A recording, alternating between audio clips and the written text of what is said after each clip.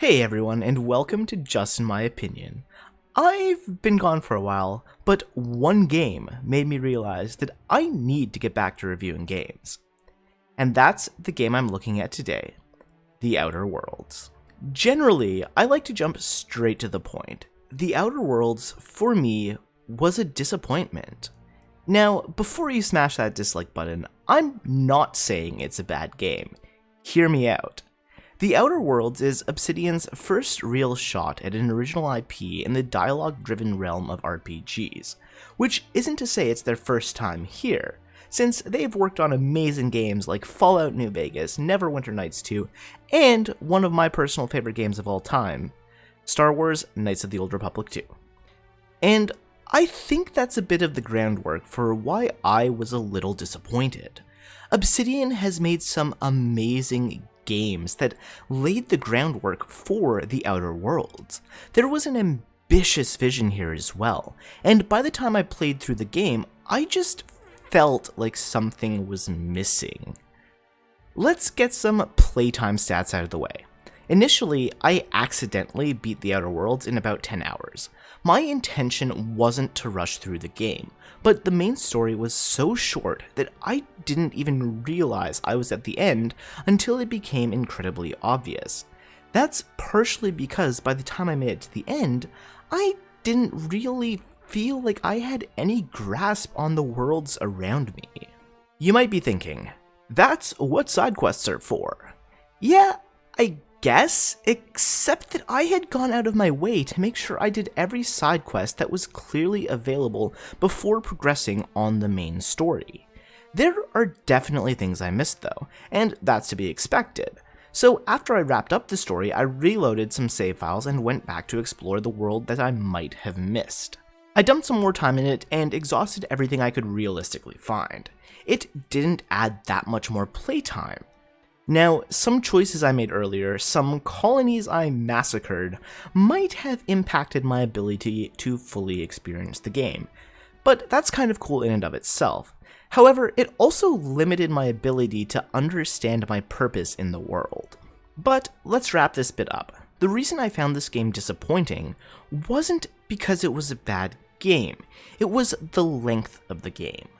There are so many threads dangling in front of you that you can't tug on. Worlds that seem available that you can't explore, as far as I can tell. And dialogue trees in general aren't satisfying in a lot of cases. Your choices only matter to a small degree. Most dialogue options tend to lead you to the same outcome. The entire ending of the game boils down to a small handful of decisions you've made. The only part of the game where your decisions add up is the actual ending, where it felt more like a checklist of choices that I had made than it did a true and satisfying ending. Regardless, there's still a lot of good here. The core gameplay of the game is extremely engaging. There's a huge array of weapon diversity, you can modify your weapons as well, and create some truly devastating weaponry. There are also side quests for science weapons littered throughout the world, all of which are relatively unique when compared to other in-game weapons. Are they practical? I mean, sometimes. Other times they're just fun to use, like the shrink ray. It was fun, but I personally couldn't find a practical application for it. Questing and exploring the small worlds you have access to and trying to find secrets is also engrossing. It's a game that you don't want to stop playing once you've picked it up. In the time I played it, I also encountered almost zero bugs. The game crashed once, that's it. No other problems. The companions in the Outer Worlds are also a nice addition. They all have personality and add unique story points.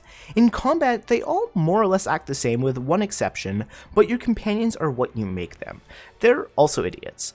No matter how much you try to control them, they will get themselves killed, over and over and over again. Which is alright, I guess, unless you're playing on Supernova mode, which adds permanent death to companions and generally increases the challenge to an insane level.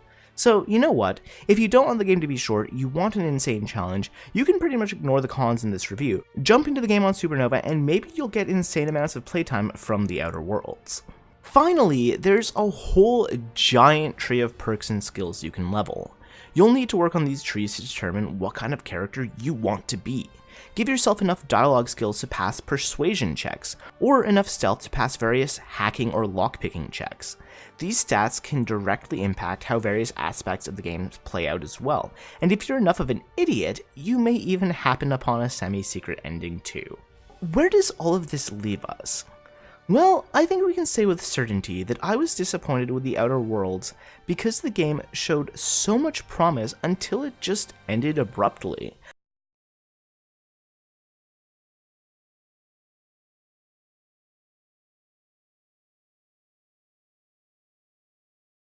And don't forget, this is just in my opinion. If you disagree, feel like I missed something, or just want to dislike this video because you love this game, leave a comment. I also tried to do something different with this video. Before making this review, I streamed my entire playthrough on Twitch. So if you want to follow me over there and check out what I'm going to review next as I'm playing it, I'd appreciate it. You can also jump in, tell me if I'm missing something, or suggest something else for me to look at entirely. Either ways, you should check it out. That's it. I'm actually really truly back, so check in next week for more reviews. Supervisor about these dissonant leanings of yours. Wait, that's not what I meant.